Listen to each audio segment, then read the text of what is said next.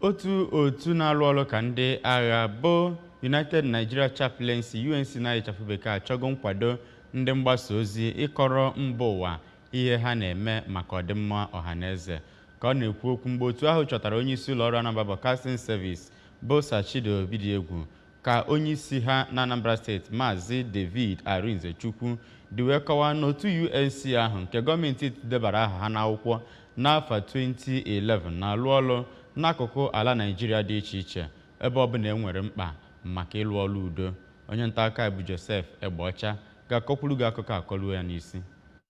Ọ kọwara na n'agbanyeghị na ha ka ji aka ha achọta ego ha ji arụ ọrụ ya nakwa na ha nọkwa na-echere oge gọọmenti ala Naịjirịa ga-ahụta ma kwado aka ọrụ ya bụ otu na ndị otu ahụ ga na-aga n'iru na-arụ ọrụ metụtara ịkwalite obibi ndụ mmadụ na mpaghara Anambra steeti. Ya bụ ndị otu kọwara na ha na-abagide amụma ịkwalite udo n'ọtụtụ obodo a na-enwe nsogbu ma kọwaa na ọ bụrụ na gọọmenti dọnyere ha ukwu na ha nwere ike ime karịa ka ha na-eme. Na ntụnye nke ya, onye ji ọkwa National Director for Logistics nke ya bụ otu bụ Maazị Eugene Okeke kọwara na enwebeghị nkwado nakwa nnabata nke gọọmenti ala Naịjirịa nyere ya bụ otu ya nakwa enweghị ego eji arụ ọrụ ka bụkwa ihicha aka mgba nyere ya bụ otu ma kọwazịa na ọ bụrụ na ọnọdụ bugharịa na ya bụ otu nwere ike gaa n'iru na-arụkwa ọrụ ịkwalite udo karịa ka ha na-arụ. Na nzaghachi ya ka onye ji ọkwa Managing Director nke ụlọọrụ ABS bụ Sachido kọwara na ya bụ ụlọọrụ mgbasa ozi